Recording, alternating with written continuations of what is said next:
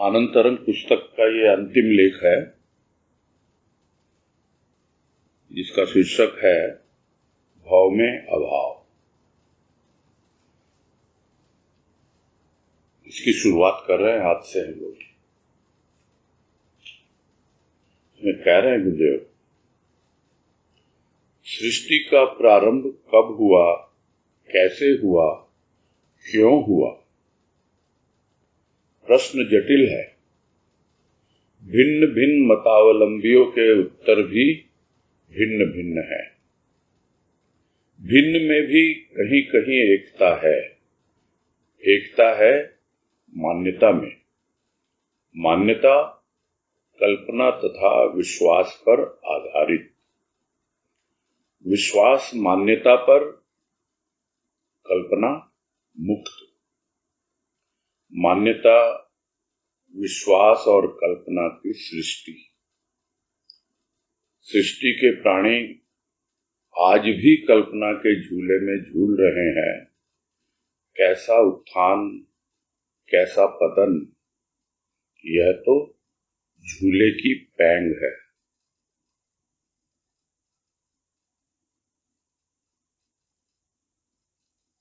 और जैसा कि शीर्षक है कि भाव में अभाव, तो अभी गुरुदेव शुरू में भाव की बात कर रहे हैं, यानी कि संसार की बात कर रहे हैं। और संसार अर्थात यह पूरी सृष्टि जो परमात्मा ने बनाई है। लेकिन कब बनाई है, कैसे बनाई है, क्यों बनाई है, ये कई तरह के प्रश्न उठते रहते हैं प्राणी के भीतर। और यह प्रश्न, इनका उत्तर देना इतना आसान है नहीं, क्योंकि प्रश्न ही अपने आप में जटिल है, कठिन है। इसलिए उत्तर इतना आसान कैसे हो सकता है। और यदि आसानी से बतला भी दिया जाए तो भी अलग अलग धर्मों को मानने वाले अपने अपने ढंग से ही उस सृष्टि का जो उद्गम हुआ है, सृष्टि का जो प्रारंभ हुआ है, उसको अपने ढंग से ही समझते हैं और अपने ही ढंग से लोगों के सामने प्रस्तुत भी करते हैं। जैसे ईसाई धर्म में कहा जाता है कि पुराने जमाने में सृष्टि के प्रारंभ में एडम और ईव ये हुआ करते थे और सृष्टि बहुत बढ़िया थी, किंतु उसके बाद ही दोनों के मन में विकार आए और उन विकारों के कारण ही सृष्टि की रचना हुई। और भी अनेक मान्यताएं हैं। जिस तरह सनातन धर्म में भी एक मान्यता है कि सृष्टिकर्ता के मन में एक भाव उत्पन्न हुआ कि मैं एक हूं, अनेक हो जाऊं, और इस प्रकार से सृष्टि की रचना प्रारंभ हो गई। तो अलग अलग मान्यताओं के आधार पर उनके उत्तर भी अलग अलग सामने प्रस्तुत होते हैं। और सब एक बात तो मानते हैं कि कोई एक है ऐसा सृष्टिकर्ता जिसने इस सृष्टि की रचना की है। यानी जो भिन्नता है, उस भिन्नता में भी कहीं न कहीं एकता है। और जो भिन्न भिन्न धर्मावलंबी हैं, वो अपनी अपनी मान्यताओं के अनुसार उसमें लगे हुए हैं। और जिस तरह हिंदू धर्म वाले अपने ढंग से मानेंगे, मुस्लिम धर्म वाले अपने ढंग से, क्रिश्चियन अपने ढंग से, तो सब अपनी ही मान्यताओं के आधार पर एक ही ढंग से मानते हैं। क्यों? क्योंकि यह मान्यता जो है दो बातों पर आधारित होती है, एक है कल्पना और एक है विश्वास। जैसे हमारे परिवार में कोई एक मान्यता है कि फला देवी या देवता वही हमारा कुल देव है, वही हमारी कुल देवी है। अब पता नहीं कब से यह प्रारंभ हुआ, किसी को पता नहीं होता, किंतु उसी विश्वास पर वो पीढ़ी दर पीढ़ी चला आता है और जो कभी एक कल्पना रही होगी वो विश्वास का रूप ले लेती है।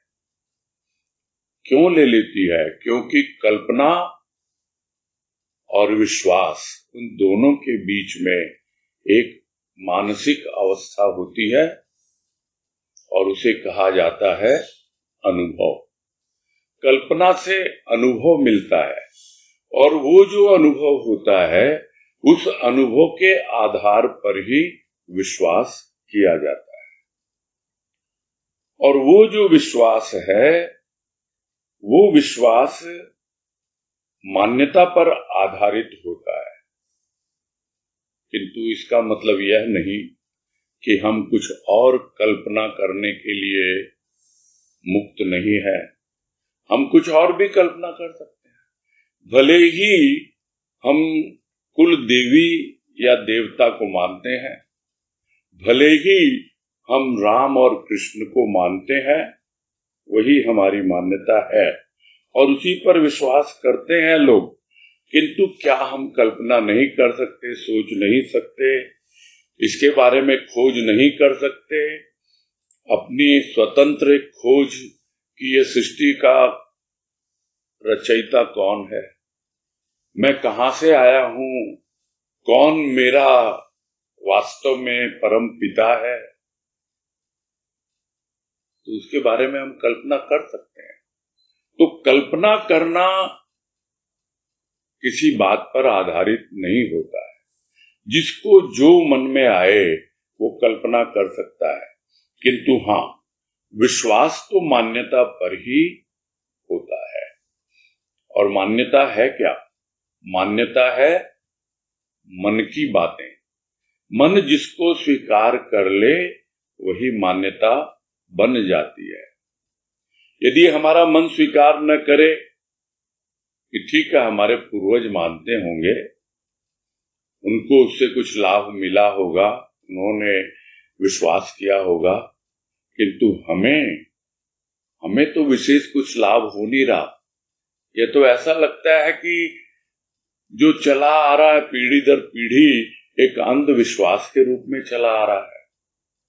तब जाकर हमारी मान्यता जो है वो बदलती है, यानी हमारे मन में कुछ और विचार आते हैं, कुछ और भाव आते हैं, तब जाकर हमें पता लगता है कि वास्तव में यह जो विश्वास हम करते आ रहे हैं वो काफी हद तक, जिसे लोग कहा करते हैं, अंधविश्वास।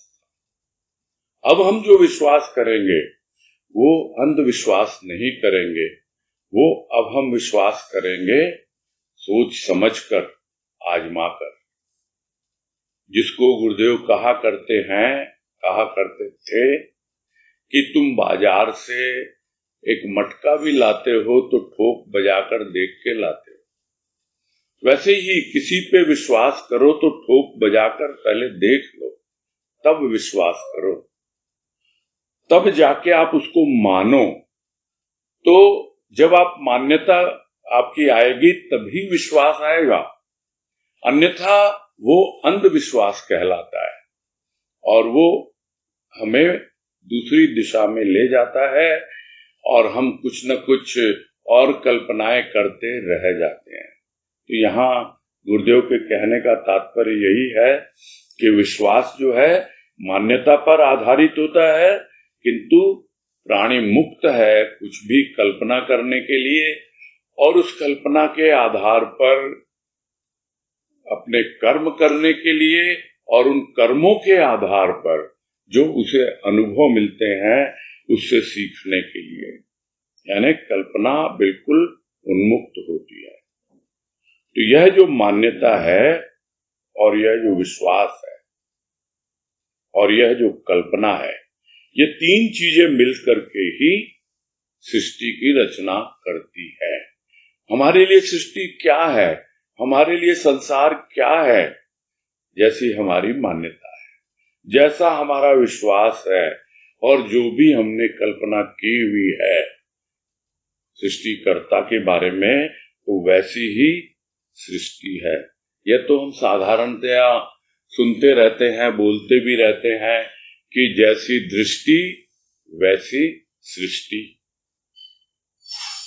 तो दृष्टि में क्या है? हमारे दृष्टि में है मान्यता, हमारी दृष्टि में है विश्वास, और फिर जो कुछ हमें अनुभव में आ गया, जिस पर हमने विश्वास कर लिया, हमें उससे और आगे बढ़ना है, इसलिए हम उसकी कल्पना करते हैं।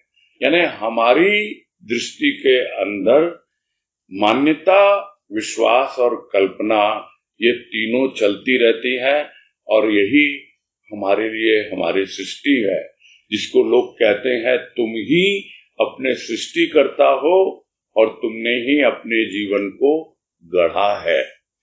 ठीक है, वो सृष्टि करता होगा जिसने पूरी सृष्टि को, ब्रह्मांड को बनाया है, उसी ने तुमको भी बनाया है, किंतु वही सृष्टिकर्ता तुम्हारे भीतर भी बैठा हुआ है।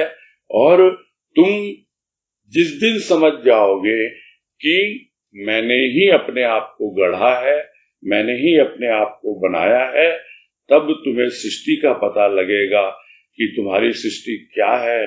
तुम्हारी सृष्टि है तुम्हारी मान्यता, तुम्हारा विश्वास, और जो भी कल्पना करते हुए तुम जीवन जी रहे हो। तो सृष्टि के प्राणी आज भी कल्पना के झूले में झूल रहे हैं, बस केवल कल्पना ही कर रहे हैं, न तो किसी को मानते हैं और न उस पर विश्वास करते हैं, इसलिए कल्पना के झूले में ही झूल रहे हैं। और फिर ये सोचते हैं कि हाँ, हम तो बहुत आगे बढ़ रहे हैं, हमारा तो बहुत उत्थान हो रहा है। और कुछ लोगों के लिए सोचते हैं कि उनका पतन हो रहा है। भाई, ये धर्म तो बहुत आगे निकल गया और ये धर्म, ये तो पीछे की ओर रह गया। ऐसा कुछ भी नहीं है। यह जो कुछ भी है, उत्थान या पतन, यह जिसको गुरुदेव यहाँ उदाहरण दे रहे हैं, यह तो झूले की पैंग है।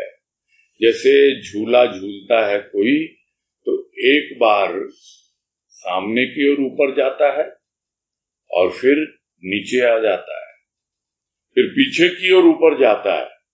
तो जो सामने की ओर ऊपर जाता है तो लोग कहते हैं उत्थान हो रहा है, आगे बढ़ रहा है, और जब पीछे की ओर जाता है तो लोग कहते हैं इसका पतन हो रहा है।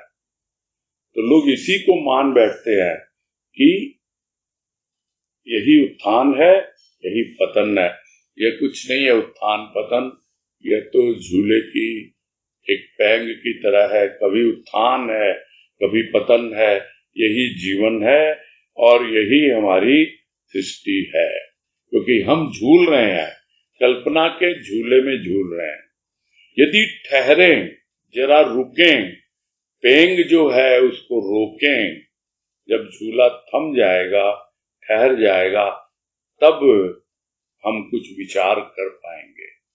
नहीं तो कल्पना करते जाएं और सोचते जाएं हाँ आज तो हमारी कल्पना साकार हो रही है, फिर कुछ दिनों बाद देखेंगे अरे क्या हुआ, नहीं नहीं ये तो सही नहीं है, ये तो गलत दिशा में मैं चल पड़ा, फिर उल्टी तरफ चले आप। तो यही चलता रहता है जीवन में, और इसी को उत्थान और पतन की बातें कही जाती है। और ये कुछ और नहीं है, यह कल्पना का ही एक झूला है। आगे कह रहे हैं, प्रत्येक धर्म, प्रत्येक जाति ने भले बुरे दिन देखे।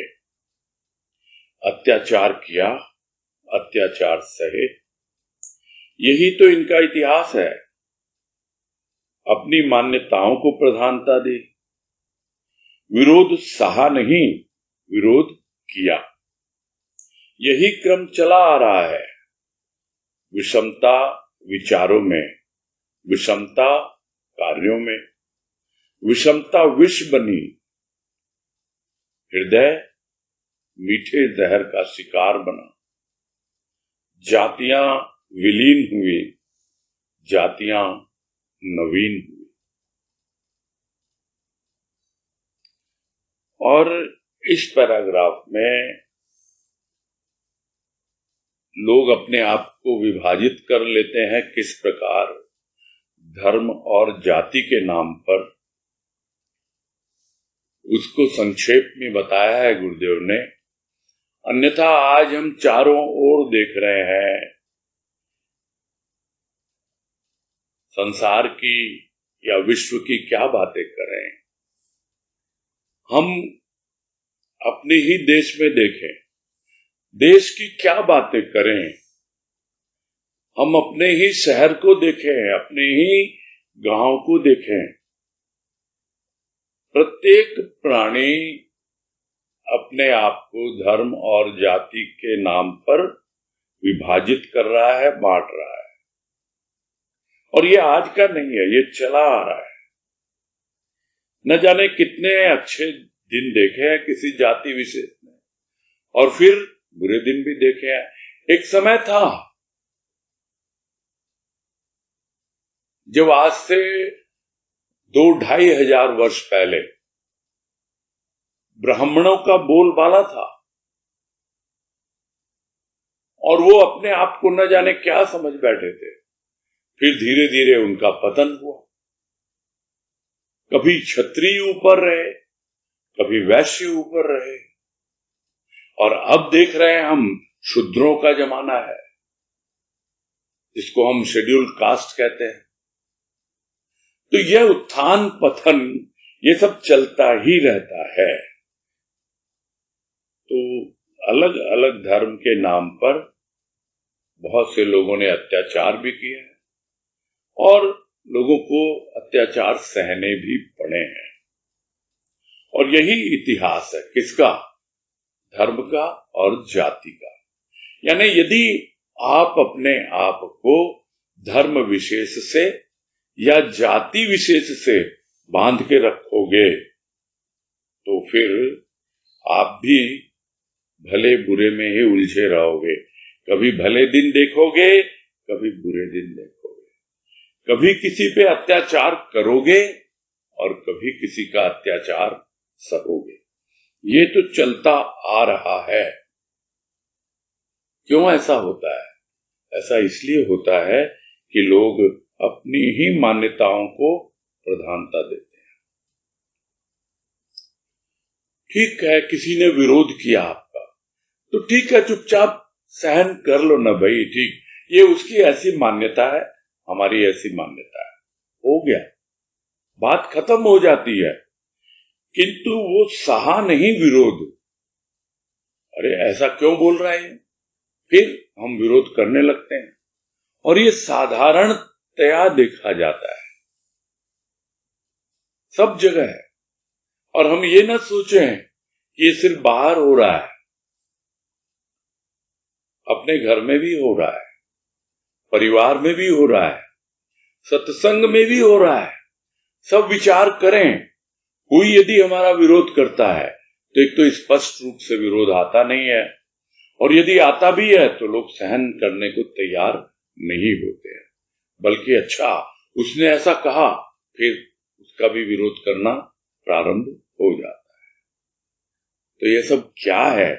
यह सब जो चलता आ रहा है, धर्म और जाति के नाम पर राजनीति होती है। और वही राजनीति यदि हम सत्संग में भी ले आए तो फिर क्या रह गया?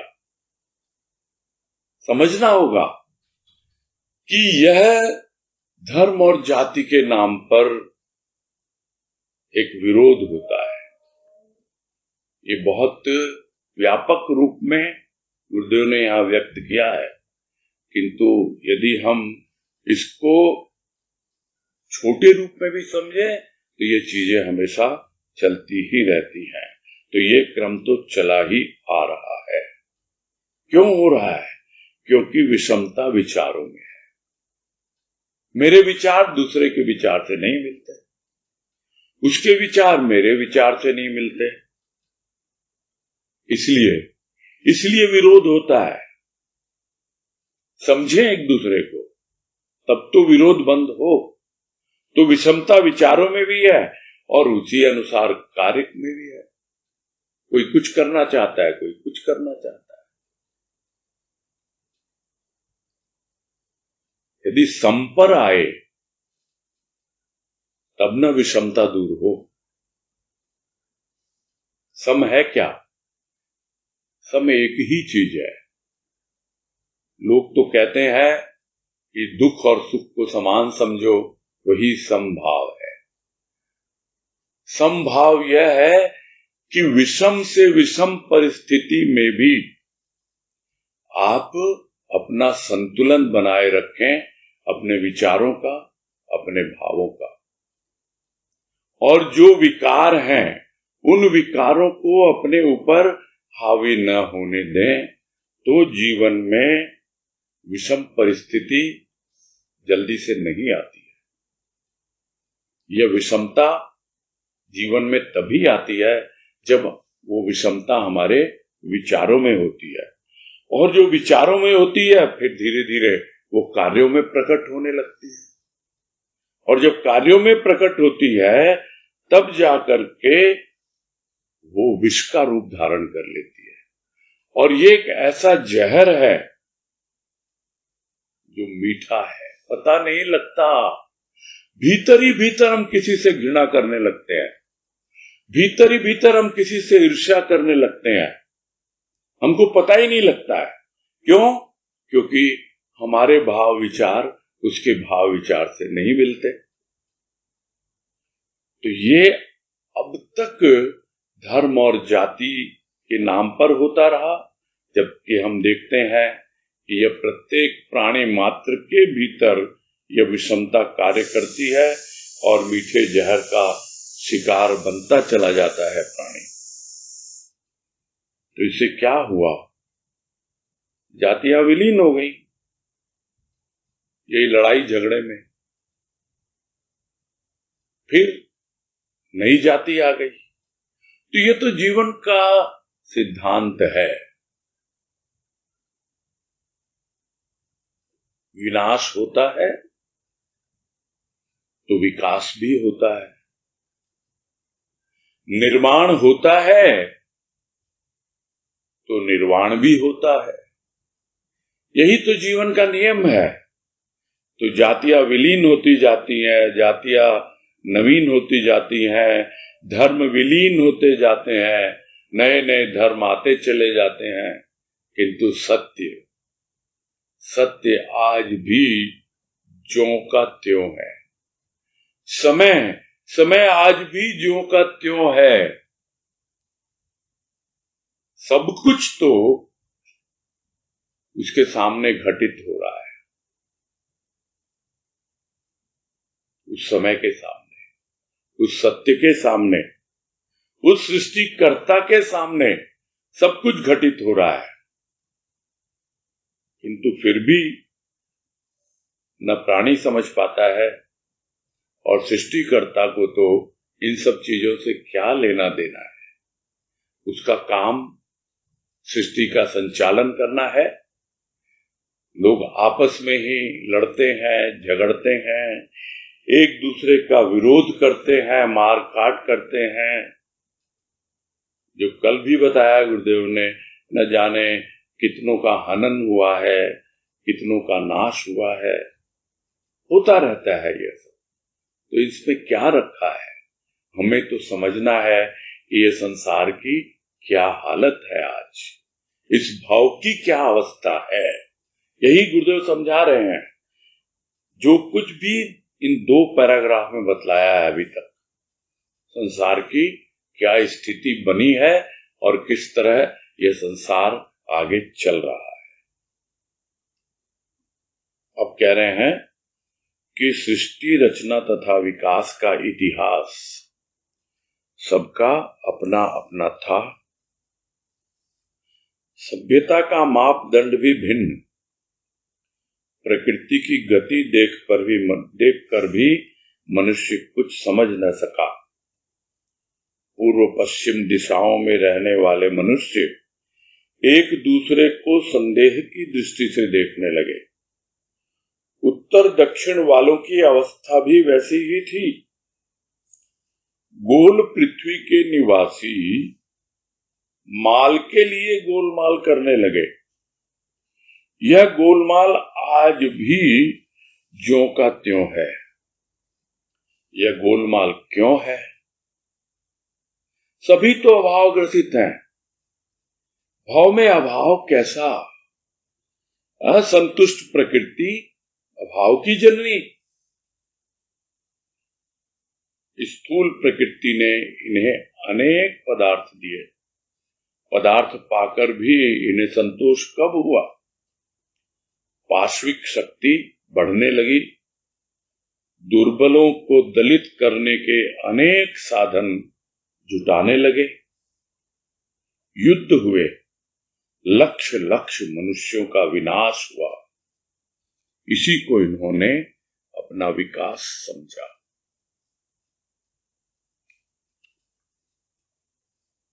अब सृष्टि का विकास, सृष्टि की रचना, सृष्टि का इतिहास, ये सबका अपना अपना है। अलग अलग धर्मों का, अलग अलग जाति का, सबका अपना अपना है। और उसी के अनुसार अनेक सभ्यताओं का नाम भी निकल गया। कुछ आगे बढ़े, कुछ पीछे रह गए, कुछ सभ्य हो गए, कुछ असभ्य रह गए।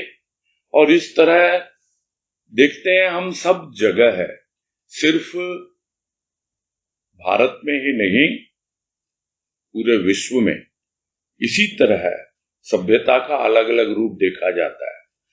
जो शहरों में रहते हैं वो अपने आप को ज्यादा सभ्य मानते हैं। जो गांव देहात में रहते हैं उनके लिए सोचते हैं कम सभ्य है या लगभग असभ्य है। और जो जंगलों में रहते हैं आदिवासी, उनके लिए तो समझते हैं तो बिल्कुल ही जंगली है, इनको सभ्यता का कोई ज्ञान ही नहीं है। तो यही सब सभ्यता का मापदंड लोग बना के बैठे हैं। तो पूरब वाले हैं वो समझते हैं, पश्चिम वाले जो उनकी सभ्यता अलग है। जो लोग कहते हैं भारत क्या है पूरब में, और ये यूरोपियन कंट्री या अमेरिका ये पश्चिमी देश हैं, इनकी अलग सभ्यता है, हमारी अलग सभ्यता है, और सभ्यता का मानदंड भी अलग है। यहाँ पे लोग आध्यात्मिकता को प्रधानता देते थे, आज कितना देते हैं पता नहीं। और पश्चिम में भौतिकवादिता को प्रधानता देते थे, आज कितना देते हैं पता नहीं। क्योंकि ये सृष्टि का क्रम है, बदलता रहता है। तो पूर्व पश्चिम उत्तर दक्षिण सबकी अलग अलग मान्यताएं, सबकी अलग अलग सोच, और स्वाभाविक है जिससे हमारी सोच नहीं मिलेगी, मान्यता नहीं मिलेगी, तो हम एक दूसरे को समझ ही नहीं पाएंगे। और जब समझ नहीं पाएंगे तो कोई हमारे लिए अच्छा भी करेगा ना, तो हमको लगेगा कि मालूम नहीं इसका क्या स्वार्थ है इसके पीछे, और फिर हम उसे संदेह की दृष्टि से देखने लगते हैं। तो यह तो चला आ रहा है, भले ही पूर्व पश्चिम हो या उत्तर दक्षिण हो, सबकी अवस्था एक जैसी है। ये चार दिशाओं में भले ही हम बांट दें पूरी पृथ्वी को, किंतु पृथ्वी तो अपने आप में गोल है। यदि सब मानते कि ये वसुधा यानी ये पृथ्वी एक कुटुंब है और गोल है, यह उत्तर दक्षिण पूरब पश्चिम, यह सब अपनी सोच है, समझने के लिए है। यह तो गोल है और गोल गोल घूमती रहती है, अपनी ही धुरी पर घूमती है और सूर्य के चारों ओर घूमती है। लेकिन किया क्या लोगों ने, यह सब नहीं समझ के गोलमाल करने में लग गए, यानी एक दूसरे को संदेह की दृष्टि से देखने लगे और एक दूसरे के ऊपर अपना वर्चस्व स्थापित करने के लिए धोखाधड़ी में लग गए, पाखंड में लग गए, छल कपट में लग गए। तो इस प्रकार से पूरा इतिहास गवाह है। यह सब बोलने की आवश्यकता नहीं है। यहाँ पर यही कह रहे हैं गुरुदेव कि सृष्टि की रचना और विकास का इतिहास, जो अब कहते हैं लोग कि हम बहुत विकसित हैं, हम तो डेवलप्ड कंट्री हैं, और ये क्या है, ये अनडेवलप्ड है, और कुछ के लिए कहते हैं ये डेवलपिंग कंट्री है। तो सबकी अपनी अपनी एक मान्यता है, एक मापदंड बना के चलते हैं लोग। किंतु इसी कंट्री में भी अनेक प्रकार के गांव है, देहात है, शहर है, तो सबकी अपनी अपनी मान्यता है। जो जिसको बुद्धू बना सकता है वो उसको बुद्धू बनाने में लगा है, गोलमाल करने में लगा था और लगा है, और आज भी यह क्रम चलता ही चला आ रहा है। कारण क्या है? यहाँ कारण बता रहे हैं गुरुदेव कि सभी तो अभाव ग्रसित हैं, अभाव में जी रहे हैं सब। मेरे पास कम है, मेरे पास धन कम है, मेरे पास रुतबा कम है, मेरे पास पद प्रतिष्ठा कम है, कैसे मैं लोगों को दिखलाऊं कि मैं इतना पैसे वाला, मैं इतना पद और ओहदा, मैं मंत्री, मैं प्रधानमंत्री, मैं मुख्यमंत्री, मैं ये मिनिस्टर, मैं वो, और दूसरी ओर इतना इंडस्ट्रियलिस्ट, इतना बड़ा मैं ये, इन सब में लगे हुए हैं और उसी के अभाव में सारा जीवन व्यतीत कर रहे हैं। विचार नहीं करता प्राणी कि इस भाव में यह अभाव कैसा है, कैसा है, क्यों है ये अभाव। क्या प्राणी की संतुष्ट न होने वाली प्रकृति ही अभाव की जननी है? यानी कि मानव प्रकृति है, उसका नेचर ऐसा है जो कभी भी संतुष्ट होकर बैठता नहीं है। तो क्या यही कारण है अभाव का? प्रश्न करके छोड़ा है गुरुदेव ने। आगे हो सकता है विचार करेंगे उस पर कि आखिर ये भाव में अभाव कैसा है, क्यों है। हो सकता है कि प्राणी संतोष नहीं ले पाता है, जबकि यह जो स्थूल प्रकृति है इसने तो सभी कुछ दिया है, सब प्रकार के पदार्थ दिए हैं, किंतु वो सब पाकर भी यह संतोष नहीं ले पाता है। तो संतोष नहीं ले पाता है तो क्या करता है? तन बल पे लग जाता है, धन बल पे लग जाता है, और जब देखता है कि धन के द्वारा तन बल लिया जा सकता है, और जब तन बल देखते हैं तो जो तन बल में लगते हैं स्वाभाविक है उनकी सोच बिल्कुल पशुओं जैसी होगी। तो यह जो पाश्विक वृत्ति वाले लोग हैं इनका बोलबाला बढ़ने लग गया, जो हम देखते हैं चारों तरफ देखते हैं, आज भी देखते हैं। तो यह पाश्विक शक्ति जो है वो बढ़ने लग गई। यह आज से नहीं चल रहा है, ये सतयुग से चल रहा है। जब हिरण्यकश्यप हुआ, त्रेता में रावण हुआ, द्वापर में कंस हुआ, जरासंध हुआ, न जाने कितने हुए, और कलयुग आते आते वो पाश्विक शक्ति बढ़ने तो लगी किंतु व्यापक होने लगी। उस जमाने में वो पाश्विक शक्ति या आसुरी शक्ति व्यक्ति विशेष के हाथ में थी, इसलिए बहुत पावरफुल थी।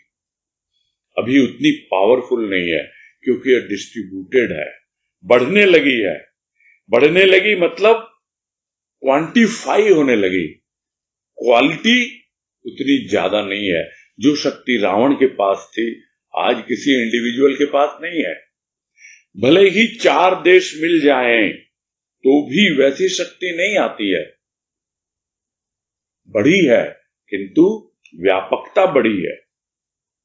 किस लिए बढ़ी है? क्योंकि एक एक व्यक्ति जो दुर्बल है उनको दबाने के लिए, और दबता है किसके नाम पर? धन बल पर, तन बल पर। और ये पाश्विक शक्ति उसको दबाती है, भले ही स्वयं प्राणी न करे। जिसके पास धन बल है वो यही सोचता है कि कामयाब होने के लिए जीवन में क्या चाहिए।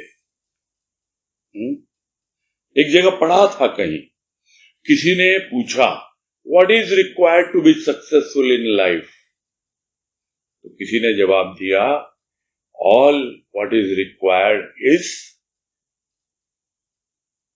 Money, muscle and chair. Money यानी पैसा, मसल यानी कि शारीरिक ताकत, एंड चेयर यानी कुर्सी, ओहदा, पद। और वो इसी के पीछे लोग भागते हैं और कहते हैं कि हम एक कामयाब जिंदगी जी रहे हैं। और फिर उसके द्वारा जो भी कमजोर है, जो दुर्बल है, उनको दबाते रहते हैं। और दबाने के लिए अनेकों अनेक तौर तरीके अपनाते हैं, अनेकों अनेक साधन जुटाते हैं। अब फिजिकली उतना नहीं दबा पाते तो फिर अलग अलग तौर तरीके बदलते रहते हैं। जो तरीके आज से 50 वर्ष पहले थे वो आज नहीं है, और उससे पहले न जाने कितना ज्यादा ये दमन करने के तरीके, दलित करने के तरीके और उसके साधन बदलते चले जाते हैं, क्योंकि इसके ऊपर बहुत ज्यादा लोग काम करते हैं, उसको डेवलप करते हैं और यह सोचते हैं कि हाँ हम बहुत बहुत डेवलप कर रहे हैं। लोगों को दबाने के लिए करते हैं, लोगों को डराने के लिए करते हैं। यह जो एक आणविक शक्ति, एटम बम कहते हैं, क्या है ये? क्या कोई इस्तेमाल करता है? एक बार करके देख लिया। जो एटॉमिक वार हो गई, देख लिया लोगों ने कितनी उसकी शक्ति है। अब जो व्यवहार हो रहा है सिर्फ लोगों को दबाने के लिए हो रहा है, डराने के लिए हो रहा है। जिसके पास ज्यादा न्यूक्लियर पावर है वो दूसरे को डरा रहा है। बातें वही है, रूप बदल जाता है। तो युद्ध हुए, लाखों लाख मनुष्यों का विनाश भी हुआ है, और लोग सोचते हैं हम तो विकसित हो रहे हैं, हम तो विकसित राष्ट्र हैं, हम आगे बढ़े चले जा रहे हैं। फिर कह रहे हैं विनाश हुआ विकास। अब कहां प्रकाश, कहां अवकाश?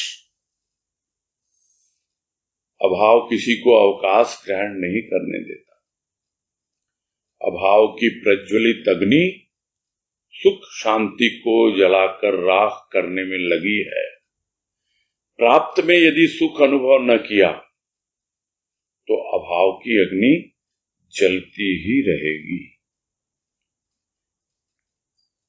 तो सब बातों का निचोड़ इस छोटे से पैराग्राफ में गुरुदेव ने बता दिया कि सारी की सारी दुनिया, यह पूरा संसार, पूरा भव, भव यानी संसार यानी दुनिया, यह अभाव में ही जी रहा है और समझ रहा है कि हम विकास की ओर बढ़ रहे हैं, हम डेवलप कर रहे हैं, डेवलपिंग कंट्री हैं।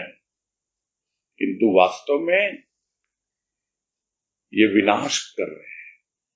कितने मोरल वैल्यूज का विनाश कर रहे हैं, कितने कितने अपने जो भी मान्यताएं, कल्पनाएं, अपने विश्वास जो कि उनकी धरोहर रही है, उन सबको दबाकर उनका विनाश करके सोच रहे हैं कि हम विकास की ओर जा रहे हैं। और अगर यही थ्योरी चलती रही तो विनाश को ही विकास मान लिया जाता है। तो ऐसे में कहां प्रकाश, कहां अवकाश? कैसे इनके भीतर भाव का प्रकाश आए और कैसे इन्हें इस अभाव से छुटकारा मिले, अभाव से अवकाश मिले। कारण तो वो अभाव ही है। ये अभाव किसी को शांत होके बैठने देता ही नहीं है। अरे चुप करके बैठोगे तो क्या करोगे, क्या करोगे तुम? शांत होके क्या कोई बैठ सकता है? एकांत में कोई बैठ सकता है? चुप होके कोई बैठ सकता है? अवकाश क्या है?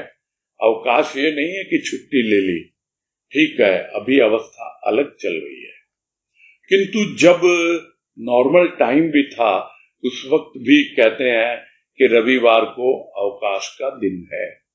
तो क्या रविवार को अवकाश लेते हैं लोग? और ज्यादा व्यस्त हो जाते हैं, क्योंकि बाकी दिनों का टाइम टेबल रूटीन वो कुछ अलग ही होता है, और रविवार वो तो सबसे व्यस्त दिन होता है। तो कहां अवकाश है वहां पर? किस लिए? क्योंकि यह करना है, वो करना है। तो ये जो अभाव है वही वास्तव में अवकाश ग्रहण करने देता नहीं है। और ये जो अभाव की अग्नि है जलती रहती है, हमेशा जलती रहती है, और जलते जलते थोड़ा बहुत यदि सुख शांति का अनुभव जीवन में आए भी, थोड़ा सा अवकाश लेने का प्रयास करे भी, थोड़ा सा प्रेम और भाव का प्रकाश आए भी जीवन में, तो वो बुझते हुए दिए को, जलते हुए दिए को बुझा देती है। सुख शांति को ये अलग ही एक अग्नि है। प्रेम और भाव तो प्रकाश है, और ये चिंता, ये क्रोध जो अभाव के कारण आता है, चिंता यह होती है और कमाऊं और मेरे पूरा करूं। सबसे ज्यादा अभाव तो पैसों का ही होता है, और फिर वो कर नहीं पाता। जब वो कर नहीं पाता तो क्रोध आता है। तो ज्यादातर चिंता और क्रोध की अग्नि में ही जलता रहता है प्राणी, और थोड़ा बहुत जो सुख ले सकता था, या सुख आता है, या शांति मिलती भी है, तो उसी को, सुख और शांति को राख करने में लगा हुआ है, यानी बिल्कुल नष्ट करने में लगा हुआ है, भस्मीभूत करने में लगा हुआ है। अरे भाई, जो कुछ मिला है तुम्हें, देने वाले ने दिया है, जो कुछ भी तुम्हारे पास है उसमें थोड़ा संतोष लेना सीखो, थोड़ा उसमें सुख का अनुभव करना सीखो। तब मालूम पड़ेगा कि प्राप्ति में कितना सुख है। जो प्राप्त नहीं हुआ उस पे ध्यान लगा हुआ है, और वही तो अभाव है। जो मिल गया, जो प्राप्त हो गया, जो उपलब्ध हो गया, उस पे ध्यान नहीं है। इतना तो है मेरे पास, इतने करोड़ रुपए तो मेरे बैंक में है, उसकी कोई बात ही नहीं है, और चाहिए मुझे, और चाहिए। अरे जो है उसका सुख तो लो। क्या है सुख? बस सोच सोच के ये सुख मिलता है। क्या सुख मिलता है? अभाव लगा हुआ है, और वो अभाव जो है वही सुख लेने नहीं देता है।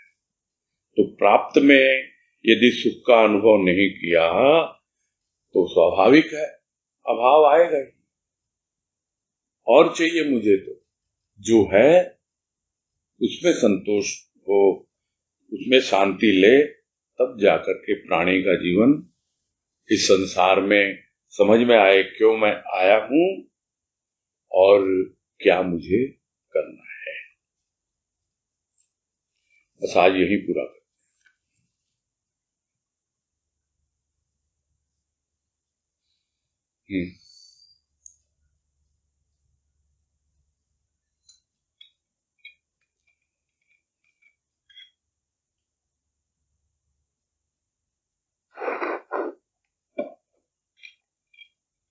बोलिए।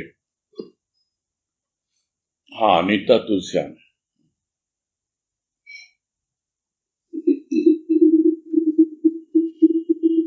प्रणाम भैया। हाँ नमस्कार, बोलिए। ये अभी जो लास्ट लाइन आई ना, कि प्राप्त में यदि सुख अनुभव न किया तो अभाव की अग्नि जलती ही। तो ठीक है कि जो प्राप्त है उसमें सेटिस्फाइड तो होना, जैसा आप बोला करते हैं ना कि भक्ति यही पहचान होती है कि बूंद में तृप्ति और चाह तो उसको अमुद्रित होनी चाहिए। तो वो तो रहना चाहिए। जो अप्राप्त है अभी तक तो ठीक है, प्राप्त नहीं हुआ है सब कुछ, तो लेकिन उसकी इच्छा तो उसकी रहेगी ना, तो उसके लिए रोना धोना नहीं होना चाहिए, ऐसे मुझे लग रहा था। ध्यान तो जाएगा ही ना। देखो, यहाँ जो कुछ भी बातें अभी तक हुई है ना, ये सबकी सब जो है वो स्थूल अभाव से संबंधित है बात। और आप जिस अभाव की बात कह रहे हो वो अभाव सूक्ष्म का है।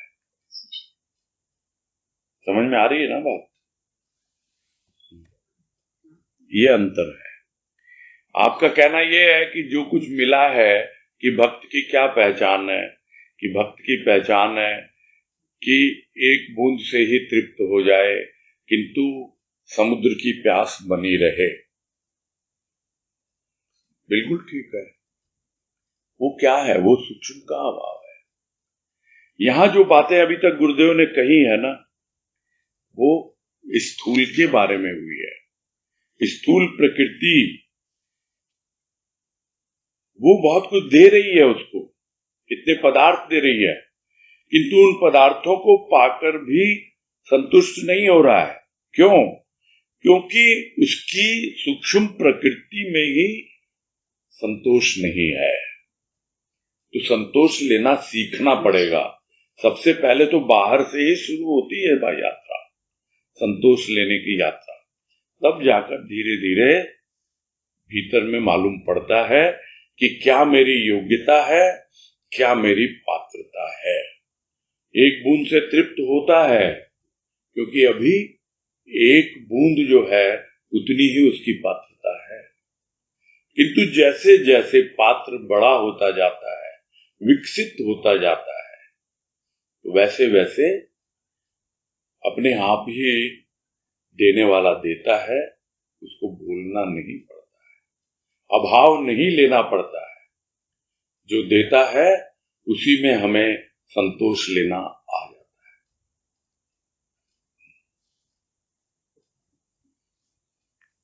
ठीक है, क्लियर हुई बातें? हाँ, नेक्स्ट तनुश्री शर्मा।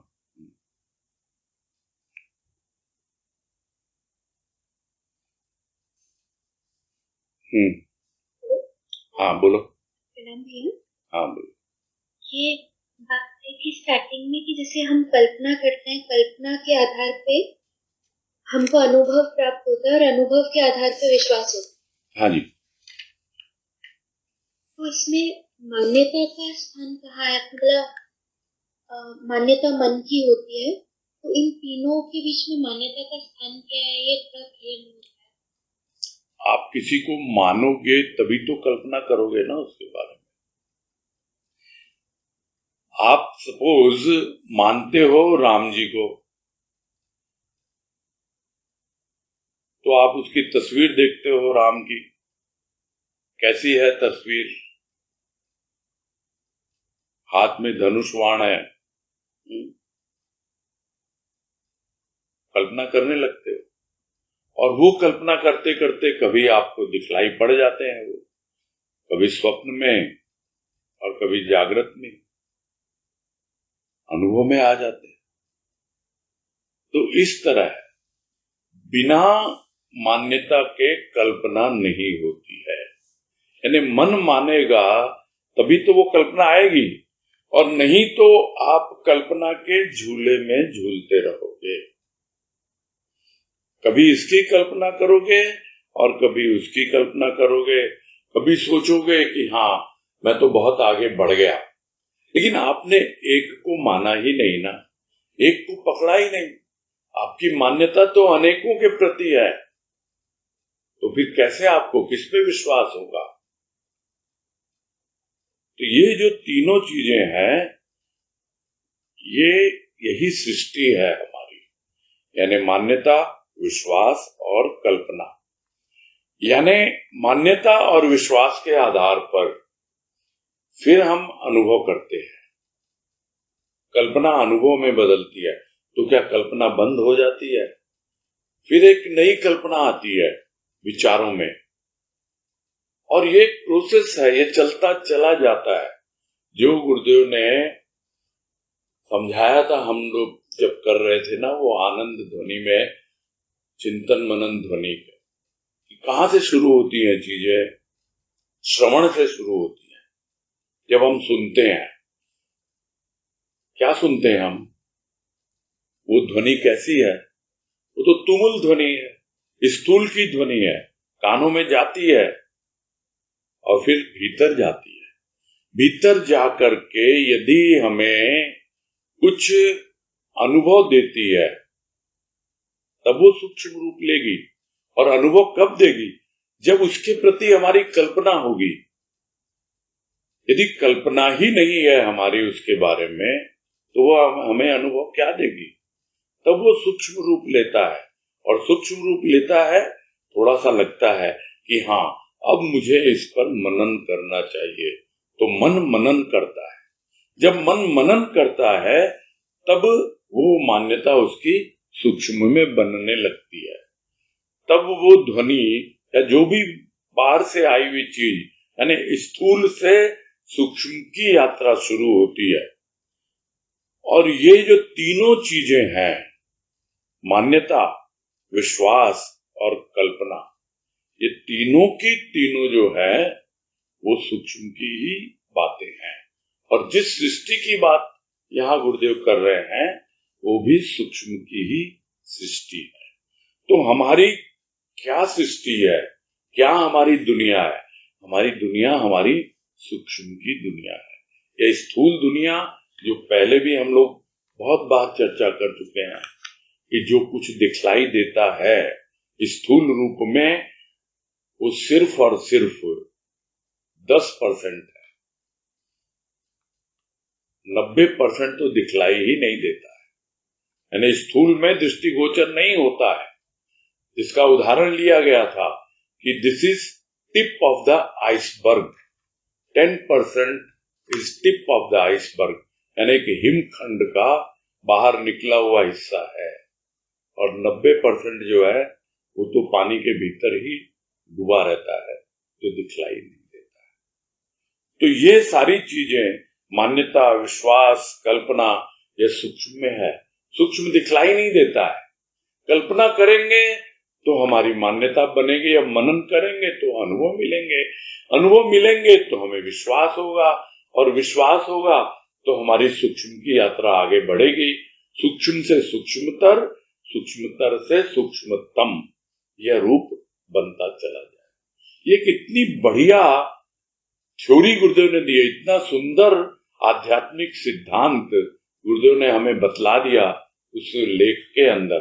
और जहां कहीं भी किसी भी बात को हमको समझना हो, तो बड़ी आसानी से हमको समझ में आ जाता है। तो उम्मीद है स्पष्ट हो गया होगा।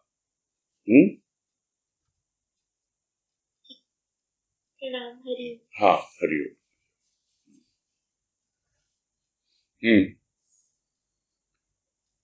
और है कोई? अभी तो कोई हैंड रेज नहीं है।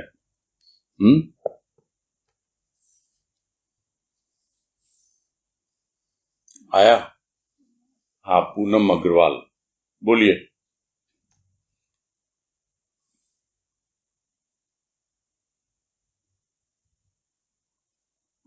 हरिओम भैया। हाँ, हरिओम, बोलिए। भैया, जो कल आपने 2 शब्द पढ़े थे ना, हाँ, उसमें सेकंड पैराग्राफ में आया था ना, प्रस्तुत पुस्तिका में सर्व शांत भाव व्यक्त किए गए हैं। ये पंथ चलाने के लिए और न अनुभव का पांडित्य प्रदर्शन के लिए। मतलब आपने जो जितना एक्सप्लेन किया वो पांडित्य प्रदर्शन के हिसाब से किया, लेकिन जैसे हम अनुभव, आप गुरुदेव का अनुभव सुनते हैं तो उससे हमारा आगे हम विकास होता है ना, तो अनुभव तो बताने चाहिए ना भैया। देखिए, यहाँ जो बोलना चाह रहे हैं उसको पहले समझ लेते हैं। कल भी बात हुई थी कि यह जो पुस्तक गुरुदेव ने लिखी है उसमें बड़े ही अकिंचन भाव से कहा है। कल अकिंचन शब्द पे भी बात हुई थी। वो अकिंचन भाव क्या है कि ये जो मैं लिख रहा हूँ अपने अनुभव के आधार पे लिख रहा हूँ, और ये कोई उस अनुभव का पांडित्य प्रदर्शन नहीं है कि मैं बहुत कुछ ज्ञानी हूँ, मैं बहुत कुछ जानता हूँ। यह तो जो कुछ भी मेरे प्रभु की कृपा से, बाबा की कृपा से मुझे जो मिला है वही भाव विचार मैं लोगों के सामने रख रहा हूँ। यह कोई अलग से पंथ चलाने के लिए पुस्तक नहीं लिखी जा रही है। यह तो सबको मानसिक शांति प्रदान करे और सबके लिए किसी न किसी रूप में काम आए, यही इस पुस्तक में भाव व्यक्त किए गए। ये कहना चाह रहे हैं ना, कोई पंथ चलाने के लिए नहीं और न ही कोई पांडित्य प्रदर्शन के लिए। क्लियर हुआ अब? हाँ ठीक है भैया, समझ गए। हाँ भैया, वो अनुभव के ऊपर से था कि अनुभव हम मतलब सब गुरुदेव के अनुभव ही है जो हमको मिल रहे हैं ना, तो थोड़ा उसी हिसाब से थोड़ा अनुभव पूरी बात समझो। अनुभव का मतलब यह होता है कि हम अपने अनुभव व्यक्त कर रहे हैं लेकिन बिल्कुल अकिंचन भाव से कर रहे हैं। हम उसमें अपना कोई पांडित्य प्रदर्शन नहीं कर रहे हैं। फिर से समझिए आप, ये डिफरेंस है यहाँ पर, जो मैंने कल भी कहा था और अभी भी कह रहा हूं कि बड़े ही अकिंचन भाव से गुरुदेव लिख रहे हैं कि यह कोई पांडित्य प्रदर्शन के लिए नहीं कि हम बहुत नॉलेज रखते हैं, कि मुझे साहित्य का बहुत ज्ञान है या मुझे आध्यात्मिक बहुत ज्ञान है, ये दिखाने के लिए नहीं है ना। ये बड़े ही अकिंचन भाव से लिखा जा रहा है, अपने अनुभवों को व्यक्त किया जा रहा है, ये उनका कहने का मतलब है। हाँ भैया, आप एकदम क्लियर हुई बात। आप जो कहना चाह रहे थे अकिंचन भाव मेरे से छूट रहा था।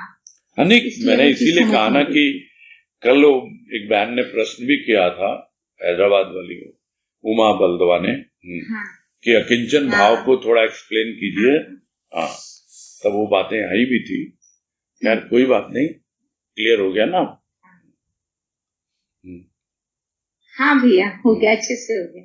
थैंक यू भैया। हाँ ठीक है, कोई बात। चलो जाते जाते, हाँ अजय बंसल आ गए, आइए बोलिए। प्रणाम। हाँ नमस्कार, बोलिए। एक्चुअली कई बार ऐसा लगता है संतोष है और कई बार ऐसा लगता है संतोष नहीं आलस है। तो ये जो बारीक फर्क है इसके बारे में थोड़ा बताइए। कई बार वो संतोष नहीं होता, एक आलस होता है कि भाई आलस के नाम पे हम लोग बोलते हैं हमको तो बहुत संतोष है। तो ये कैसे इसको फर्क को समझें और थोड़ा सा इस पे और इलैबोरेट रोशनी डालें। देखो, यहाँ जो भी बातें हैं ना, पहले भी पूछा था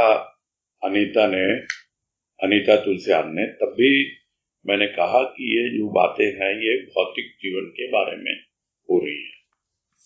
तो भौतिक जीवन में आप संतोष करो, आलस्य नहीं करना है। आलस्य और संतोष में क्या फर्क है, आप ये जानना चाह रहे हो, यही है ना क्या? हाँ, कई बार हम लोग आलसी हैं और हम लोग बोलते हैं हमको बहुत संतोषी है। नहीं, ये दूसरे को समझाने की बात अलग है।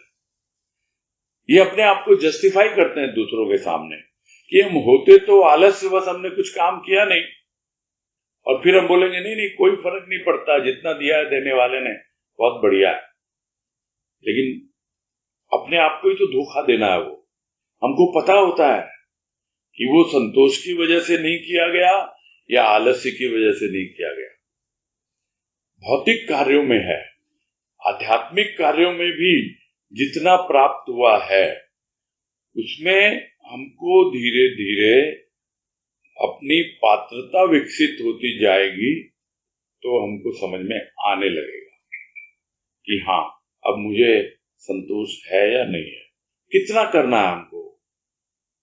बात वही आ जाती घूम फिर के, 10%, ओनली 10%। अध्यात्म में भी हम अपने ऊपर 10% कृपा करें, उसकी कृपा तो 90% है ही, जो कि कल 2 शब्द में भी बात आई थी। क्या बात थी? 1 मिनट में निकाल लेता हूं। कि कृपा यों सब पर, यों कुछ पर। तो सब पर है उसकी कृपा, लेकिन कुछ पर कुछ विशेष होती है। वो कुछ कौन है?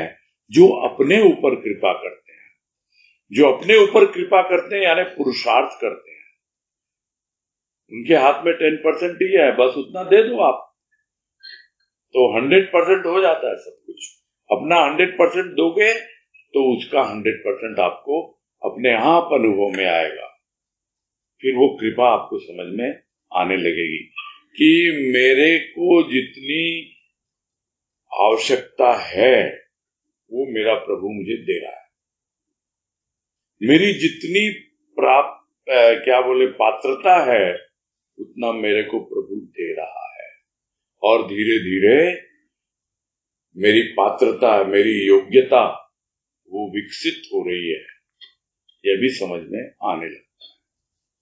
वहां फिर आलस का काम नहीं है, संतोष जरूर होता है और धीरे धीरे आगे बढ़ते चले जाते हैं। तो आध्यात्मिक जीवन में समझ में आने लगता है और भौतिक जीवन में भी समझ में आने लगता है। दूसरों को बताने के लिए भले ही हम बोले कि नहीं नहीं ठीक है, हम तो संतोष में हैं, लेकिन हम आलस में हैं, वो हमको मालूम होता है।